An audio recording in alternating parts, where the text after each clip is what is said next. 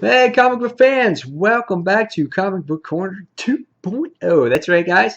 And you're back for another episode of Mike Spider Slayer's Comic Book Countdown. That's right. I think we're on episode number 17.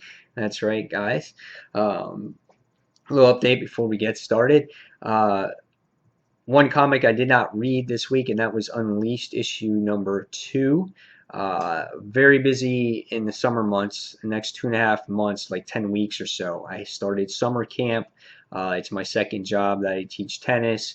And during the summer, I work 4 hours a day, Monday through Thursday. So that's 16 hours of added work to my already 40-hour work week. So I apologize in advance. I'll do my best that I can to get videos out to you all. Okay, so sorry if I'm a little short maybe on some detail on a little things, but I'm really tight on time this week. So let's just jump into the countdown. We got 13 books to talk about all together, counting down from the worst all the way to the best. And let's start with number 13. 13. 13. This is stupid. No stars. Worst comic ever. Batman Japan, not needed. This little chick right here, her name Canary, dumb. She's like a Sailor Moon wannabe. Let me just tell you, she's stupid. Look, Sailor Moon. Okay? Not needed in this world. I wasted $2.99 and I wasted time that I don't have reading this book. Look, Power Rangers wannabe. Okay? They're red, green, white, black, blue, stupid. Okay? Because when you destroy their helmets, all their little superpowers go away. They become this. Why? Why is this needed? Ridiculous. All I had to do was them representing Leviathan over in Japan or whatever. And then in the next issue, it continues to where we left off in the last issue. Worst filler issue ever. No stars. Don't buy it. Waste of flipping time. Number 12. Earth 2. They show Batman on the cover, and they think, dude, we're going to sell tons of comic books. Batman was in this book, but he wasn't the major focal point. He makes his first appearance. It shows a couple guys that, that he beats, like this Popsicle Man, what's his name? I don't even remember his name. And things like that. And basically, though, what this issue is about is really, it's about Sergeant Bratt, which is Adam in this issue, on how he actually survived the nuclear explosion and how he became the Atom and uh, things like that. That's the main reason. This is the main thing what this issue is about. And basically, what's going on is that there's going to be a war, and it's going to be crazy. And the next issue, you see that Steppenwolf is probably going to be there, and also Fury, which is, I think that's her name, is Fury, which is Wonder Woman's daughter. So, yeah, it wasn't bad, but it wasn't great. I think it was more to sell books because they put Batman on the cover. James Robinson's leaving the book, so we'll see where this title goes from here. But I really didn't enjoy this issue. I thought it was very wordy, just kind of boring. So I give it a 2.5. I really did not like it that much. Number 11, Avenging Spider-Man. The conclusion to this two-part story arc where Superior has to go out and capture Chameleon. That's his goal. He wants to collect all the Sinister Six team members.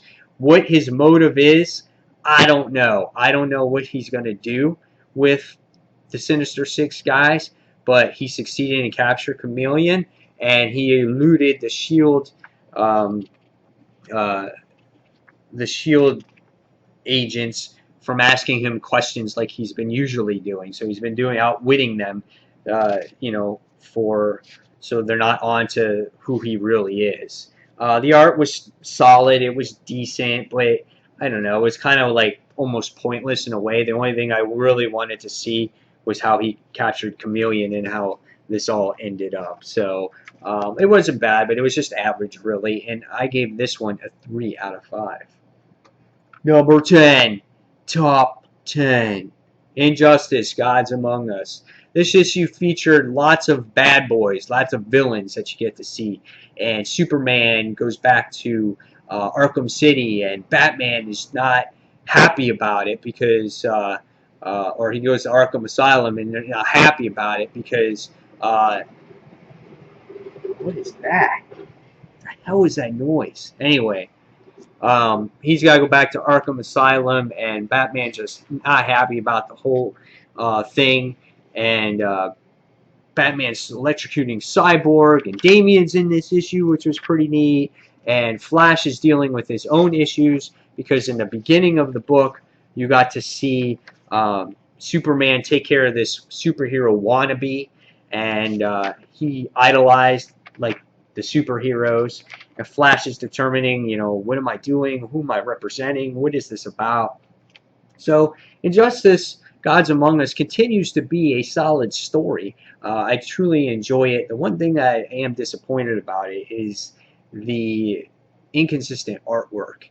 So, however, though, I do enjoy it. I wish it still had that surprise factor that it did in that first and second issue. Hopefully, maybe we'll get some surprises in there. But nevertheless, it's a solid series, and I enjoy it. So I'm going to give it a 3.5 out of 5 stars. Number 9, Venom.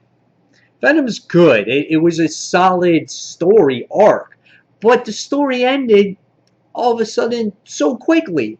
You had this huge buildup between Venom and Toxin and the Symbiote Slayers. And in the last issue, you're all excited. You're like, dude, it's Symbiote Slayers. And they're like, dude, it's Toxin. And it's Venom. And they're going to all battle. And who's going to survive? Who's going to win? Well, we find out that Venom wins and Toxin wins and Symbiote Slayers lose. And Toxin just bails out and says, you know what? When you slip up and when you lose control of that symbiote, then I'll come back. Bullshit. Come back, fight, do battle, eat each other's brains. That's what I wanted to see. Don't leave us hanging. And that's how I felt. They kind of just had to end it. So that's what I was so disappointed about. But the story arc was solid. The symbiote slayers were creepy looking. It had a gritty art to it. They're kind of intimidating. So yeah, it was fun. It was a fun read, but I thought it could have been better. So I'm giving it a 3 out of 5. Just like this book right here, my number 8 book of the week, and that was Savage Wolverine, issue number 5. This particular issue was the same thing. It had a very climactic story, trying to find out how Wolverine and Amadeus and Shayna and everyone are going to get off this island. And the next thing that happens is that Wolverine and Hulk do this short battle, which is always cool to see them do battle because it reminds you of like the first appearance of Wolverine. And the next thing is you get to see all of a sudden the Hulk do this battle against this gorilla. Then you get this crazy ass looking creature coming out of here that flies to the sky, flicks Hulk out of the way like he's a fly, and Hulk gets eaten by a whale. You have Amadeus going, oh wow man, that was funny. It was awesome too. And Shayna's just like, I'm hot. And then like you see this creature at the end of the book, and his name is what was his name? I don't remember who it was.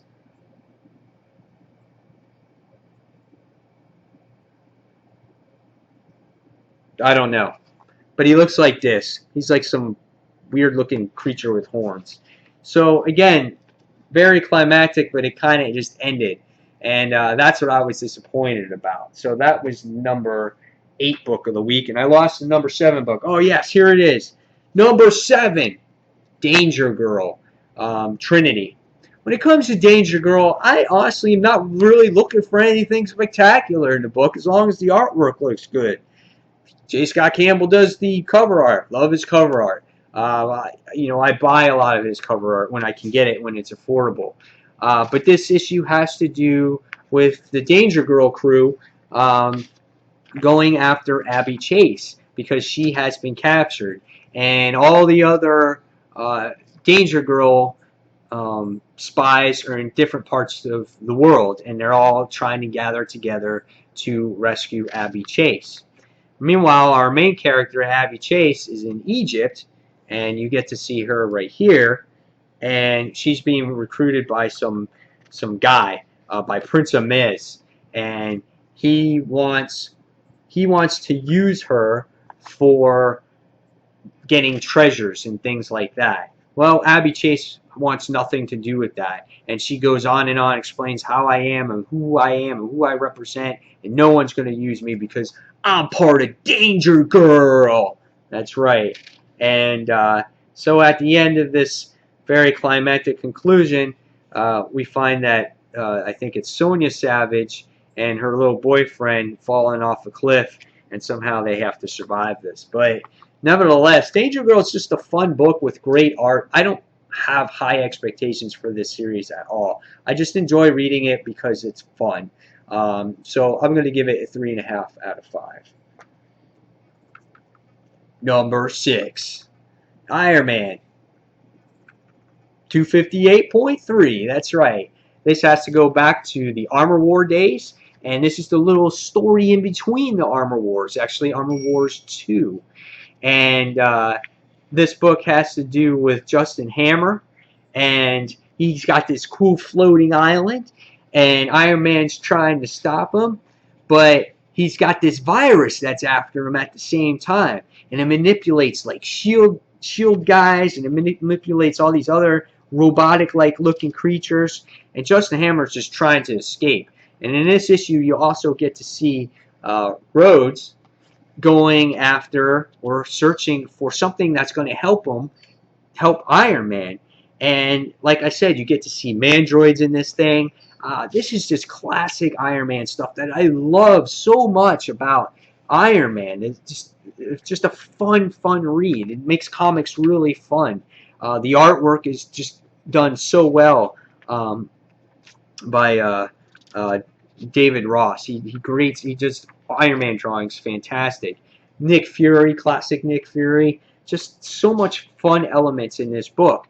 Like I said, boom, War Machine for the first time. You see Rhodey get inside the War Machine armor, and he just takes off and tries to help his old buddy Iron Man. Really awesome stuff. Just really fun. Just enjoy this book a lot. It's for readers that may have not been familiar with Armor Wars 2, you kind of don't need it. It's its own self-contained story. So it's a fun read, and I enjoyed it. I'm giving this one a 3.5 out of 5 stars too. Top 5. Number 5. X-Men, issue 1. Jubilee, still a vampire, I guess. She has this baby.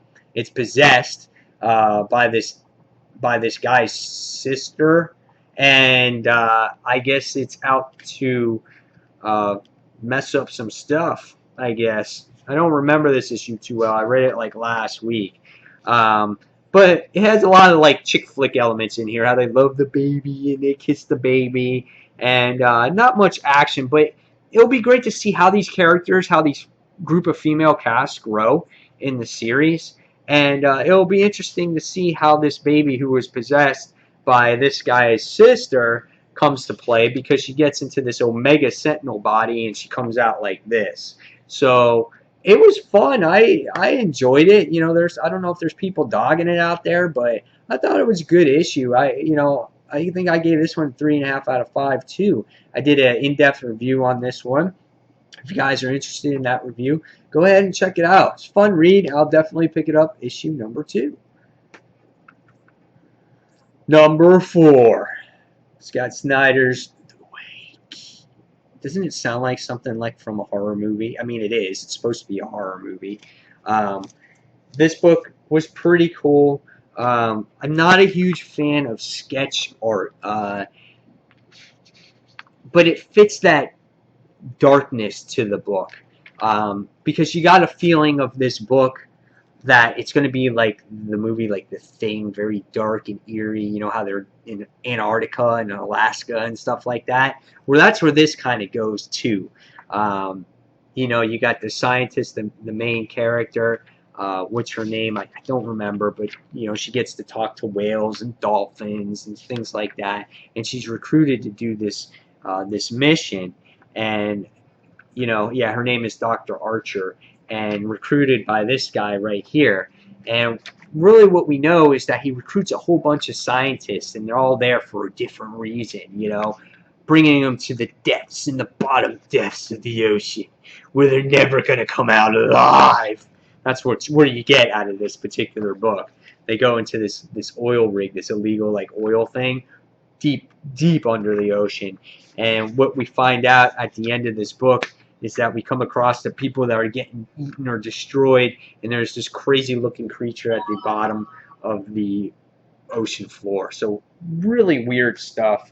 Definitely an interesting book. Scott Snyder has something brewing here, and I'm definitely going to uh, pick it up for sure. So next, number 3, top 3. This was the best Wolverine in the X-Men that I read in a long time, and this is obviously the Hellfire Saga prologue. In the beginning of the issue, it kind of wasn't very special to me, but it had to set something up. You know, a lot of it had to do with Brew and Hellfire Club and things like that. But at the end of this issue, you're going to find out that lots of people are being recruited to the Hellfire Club, and Bruce is one of them. And I was like, well, dude, that's freaking awesome. And it's so funny how certain people betray the Academy. And here's our group of people right here. I'm going to show you real quick, so this is a spoiler. This is our people that are getting recruited, and they transport and they disappear, and it's to be continued. This was a fun read. The only thing I wasn't really cool on certain parts was the artwork. It was a little weird, and this is the problem when it comes to Wolverine and X-Men. I want a consistent artist on this book. If it would make it so much more enjoyable on so many levels. But this was a fun read to a story arc that looks like that's going to be phenomenal. So Wolverine and the X-Men, issue number 30, got 4 stars for me. Number 2, Chew, issue number 34. Chew is just a fun read, and this was one of the better issues because Tony Chu, who's our main character, our detective, he's out to avenge his sister, and he's out to stop this vampire that collects all these powers. And the powers is all about people that have tastes, and it gives them different powers. The cool thing about this issue is that you get multiple covers in here. You get this cover, you get that cover, and you get this cover right here. And that's all really cool stuff. But in this issue, like I said, Tony Chu goes to the vampire collector's castle, which was in Eastern Europe. And you get to see all the history of all these particular characters that the vampires collected his powers over the years. And Tony Chu's sister is one of them. But you get to see this guy's power, this guy's power. You get to see this guy, and you know, one guy sits there and he was, you know, he has this power to cook fast. The other guy has the power to have memories into his dishes. One person's able to taste stuff from a painting, you know, just all kinds of different stuff. And these two come to a dinner meeting together to discuss options, and the options either to help or to not help. And then the consequence is either to live and be powerful or to die. And let's just say at the end of this issue, Tony Chu actually denies his offer, and he says, I'm going to murder you. It was just a great book. It was so fun to read. And then there's this little side story about this senator, this guy who's running for senator, who his power is his face becomes whatever food you eat after you eat it. So if you eat a chicken, it becomes like a chicken bone. If it becomes a pie, it becomes a apple pie. Hamburger becomes hamburger. Dude, it was freaking awesome. It was such an awesome issue. It was so much fun, man. She was a great book, and this is a really fun issue. So this made number 2 on my list. And for the number 1 comic book of the week is... Din, din, din. That's right, Justice League of America, issue number 4. Dude, this book was fun. I forgot to buy this book this week. I saw a review and I was like, no way.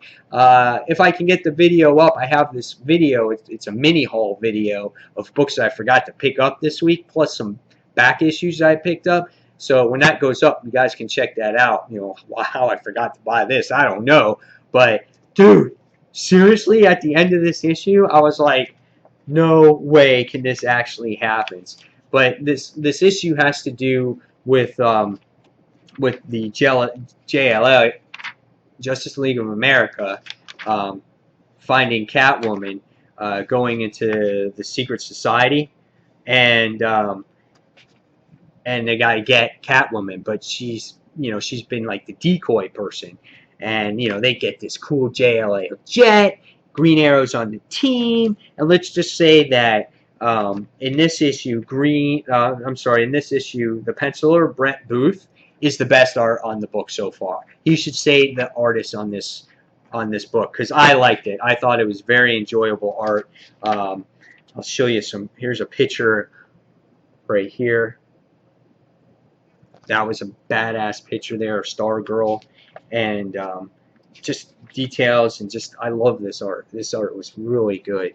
But Catwoman was like the decoy, and let's just say that things did not according to plan, and Catwoman was the unexpected victim in this issue. And if you don't want to see it, then stop it right now. But the spoiler is that, blam, she's murdered. Oh my god. I was like, what is this? Holy shit. She got killed. But something tells me, though, seriously, she's not dead. Somehow they're going to revive her. Maybe she wasn't real. Maybe she was a robot. There's something there. They're not going to kill her off. I think her annual comes out, too. And I think it goes into detail about her as well. So I don't think that's going to happen. But how she comes back alive, I don't know. But magical or whatever. But still, nevertheless, it was cool to see her get shot in the head, wasn't it? And blood flying all over the place.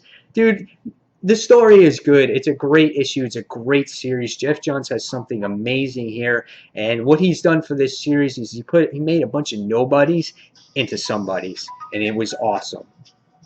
So, guys, that's all I have for you today, and this is Mike Spider-Slider signing off. And until the next comic book review, I'll see you guys real soon. Take care. Bye.